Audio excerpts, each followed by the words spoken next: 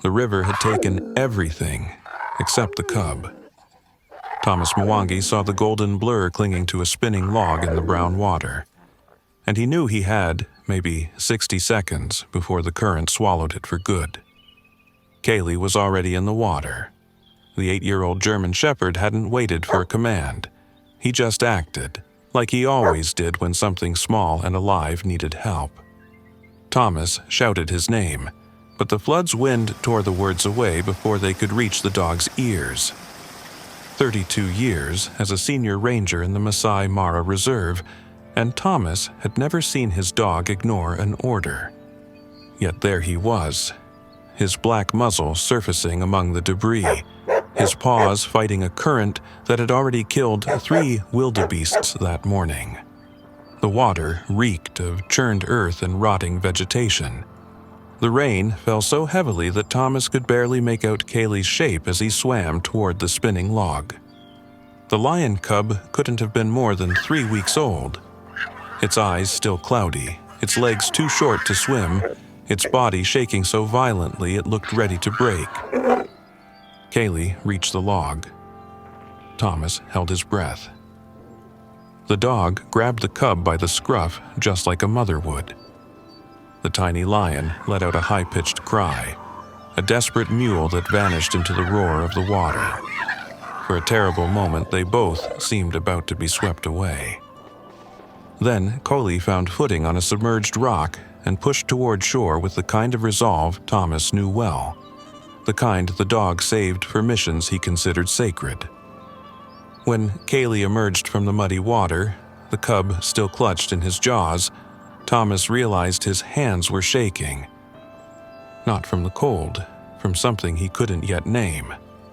That's when he heard the roar. It wasn't like the countless roars he had heard before, territorial, threatening, a warning. This one was different. Broken. Desperate. The sound of a mother who had lost everything. Thomas turned slowly. Less than 20 meters away, standing in the rain-soaked grass, the lioness stared at them. It was Amani. He recognized her by the scar on her left ear, a reminder of a fight with a buffalo 3 years ago. He had watched her give birth to 4 cubs 2 weeks earlier, during a night patrol.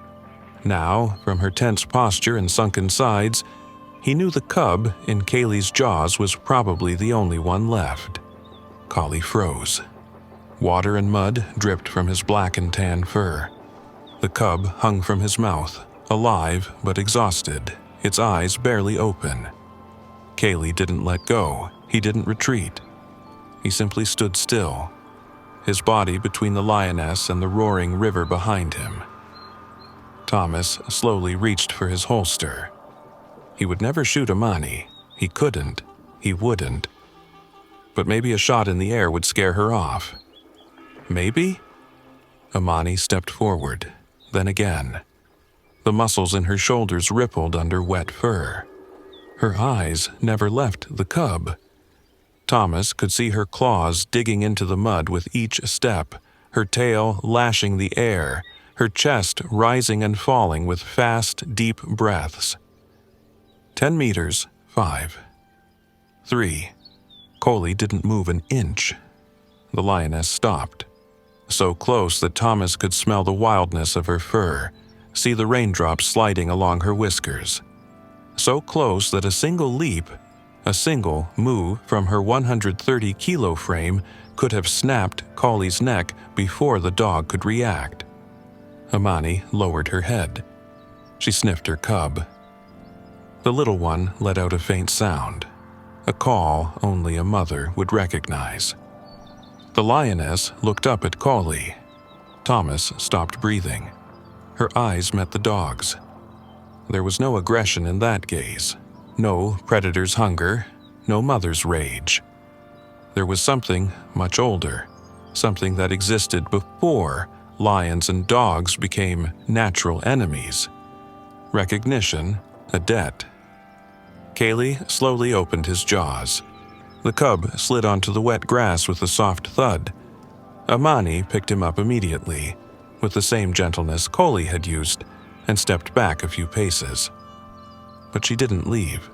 She stayed there, the cub dangling from her mouth, and kept looking at the dog who had returned to her the only thing she had left in the world. Then she did something Thomas would never forget, something he would tell for the rest of his life to anyone willing to listen. Amani lay down. Right there, 3 meters from a German shepherd and an armed human, she lay down in the wet grass and placed the cub between her front paws.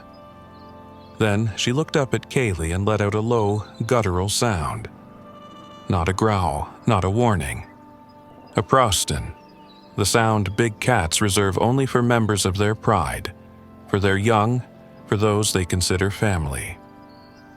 Collie sat down. The rain kept falling on both of them, forming little streams that wound through the mud between them. The cub, safe between his mother's front legs, began to nuzzle for her nipple. Amani never took her eyes off the dog. Thomas lowered his hand from the holster. Something warm slid down his cheek, and it wasn't rain. If you believe love knows no boundaries, hit like now. That night, Thomas couldn't sleep. He kept replaying the scene in his mind. The lioness lying down, the sound she made, the look between her and Collie. When dawn began to brighten the sky beyond the ranger camp's canvas, he made a decision that would change everything. He went back to the river, or, rather, what was left of it. The water had already receded, leaving behind a stretch of mud and debris where the deadly current had once flowed. Kaylee walked at his side, nose working constantly, following trails only he could sense. They found Amani where Thomas had hoped. Beneath an acacia tree broken by the flood, the cub curled up beside her. But she wasn't alone. Another shape lay in the shadow of the fallen tree, still. Another cub. This one didn't move anymore. Thomas understood. The flood hadn't taken just the cub Kaylee saved. It had taken others, one forever, one nearly so. Amani had lost 2 of her 4 cubs in one night. Maybe more. Maybe that trembling cub was all that remained of a litter that should have been running through the savannah in a few months. Collie did something unexpected. He stepped away from Thomas and walked toward the acacia, slowly, calmly, without fear. Thomas opened his mouth to call him back, then closed it. Something told him not to interfere. That what was happening was bigger than him. Amani raised her head. Her eyes followed the approaching dog, but her body stayed relaxed. No tensed muscles, no warning growl. When Collie stopped a meter from her, the lioness made that sound again, that low Prouston Thomas would never forget. The German shepherd lay down, right there beside a lioness who could have ended him with one swipe. He lay down and rested his muzzle on his front paws, the way he did every night at the foot of Thomas's bed. The cub, who Thomas had begun calling Mvua in his mind, rain in Swahili, lifted his head from his mother's side. His still, cloudy eyes stared at the dog. Then, with uncertain movements, the little lion crawled toward Collie. Amani didn't stop him. Mvua reached the dog and curled up against his furry side. Kaylee didn't move. The cub searched for a nipple that wasn't there, found instead the warmth of the dog's body, and seemed content. Amani watched the scene for a long time, then lowered her head and closed her eyes. Thomas watched, hidden behind a termite mound, for nearly an hour. When he finally moved, the sun was already high and warm. Amani and Mvua were still sleeping. Collie was awake, his eyes tracking Thomas's every move, but he didn't get up. He didn't leave his place beside the lioness and her cub. From that day on, everything changed. Thomas documented it all. Every morning he returned, first to the acacia, then to the kopje where Amani relocated, then to the water hole that became the center of their territory. and every morning he found the same impossible scene. A German shepherd sleeping next to a lioness. A lion cub playing with a dog as if they were the same species. Dr. Wanjiku Kamau, an ethologist from the Kenyan Wildlife Research Institute, arrived at the reserve 3 weeks after Thomas's first report. She was skeptical. Who wouldn't be? But when she saw Kaylee and Mvua rolling together in the tall grass while Amani watched with the calmness of a mother observing her cubs at play, her skepticism turned into something else. "I've studied feline behavior for 20 years," she wrote in her field journal. "I've never seen anything like this. The bond between these 3 animals defies every model we know." Mvua was growing.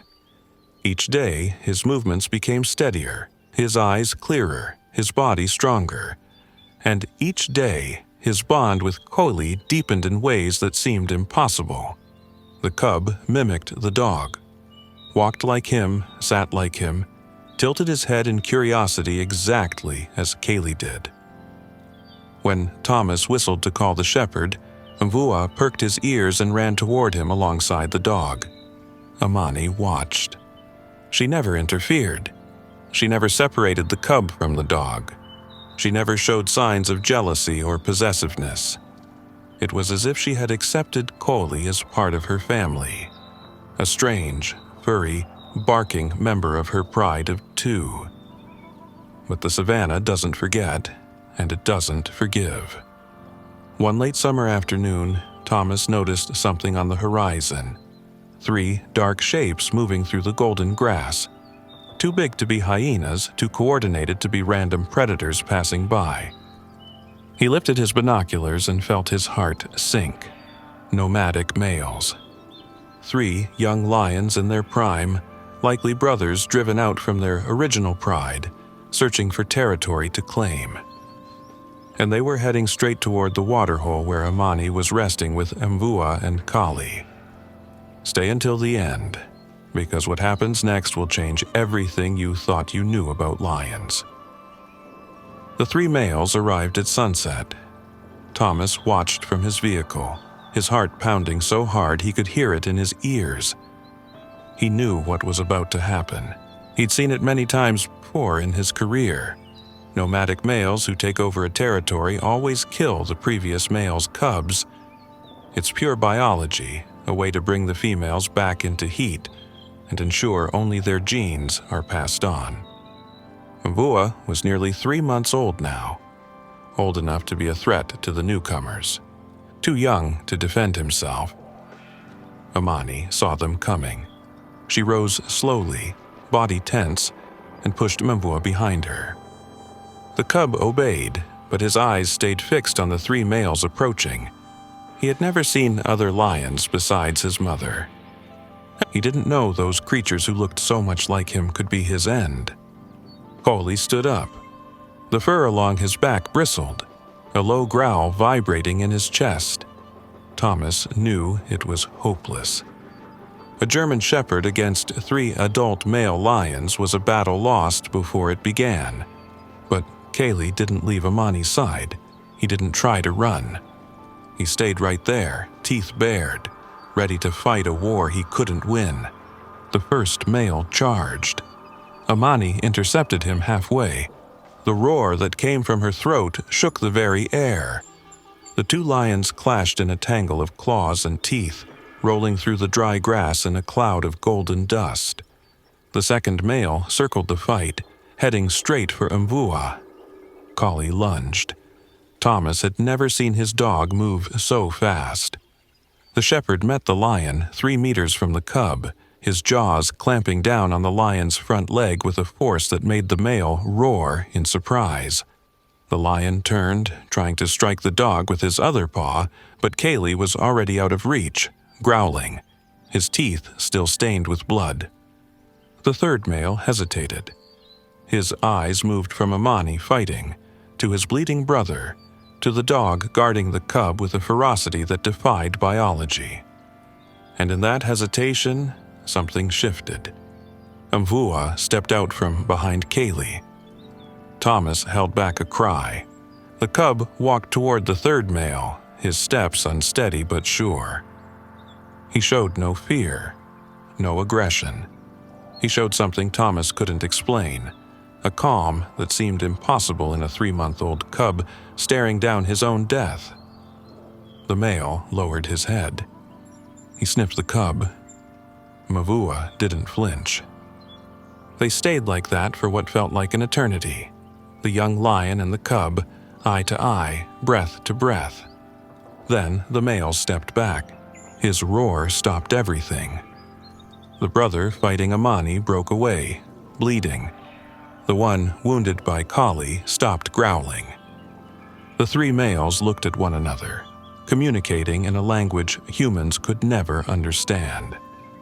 Then, without warning, they turned and left.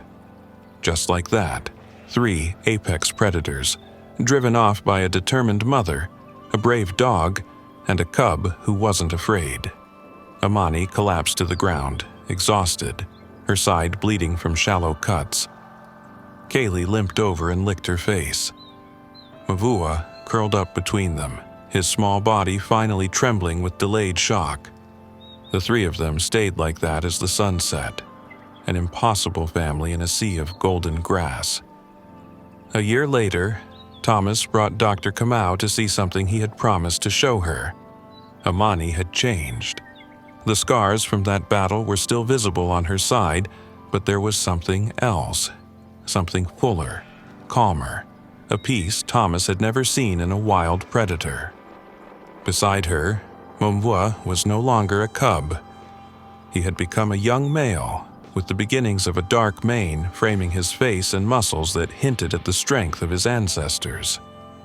And beside Mavua, too old now to run but never too old to stay, was Kaylee. The dog's muzzle was gray. His legs no longer moved with the speed they once had. But every morning, when the sun rose over the savannah, he was there. Beside the lioness who had never killed him. Beside the lion he had saved from a raging river when he was just a trembling cub. "I've written 16 papers about this case," Dr. Kamau said, her voice low so as not to disturb the scene before them. "People all over the world have read them, and I still can't explain what I'm looking at." Thomas smiled. He watched Mvua stand and stretch, then lower his head to rub his muzzle against Kali's. The dog replied with a lick to the lion's face, the same gesture he used when Mvua was just a few kilos of trembling fur. "Maybe," Thomas said, "there's nothing to explain. Maybe some things just exist." Amani stood and walked over to the group. For a moment, the 3 animals stood together. The lioness, the lion who had once been her cub, and the dog who had made them a family. Then Amani turned and walked toward the horizon, Mavua at her side, Kali limping a few steps behind. Thomas watched them until they were just silhouettes against the burning sky of the African sunset. A dog walking with lions. A family that wasn't supposed to exist, but did. A daily miracle in a world that had forgotten how to see them. That night, in his journal, Thomas wrote only one sentence. "Today, I saw love overcome nature. Tomorrow, I'll see it again." And he was right. Subscribe for more incredible stories from the animal world, and share with someone who needs to believe in the impossible.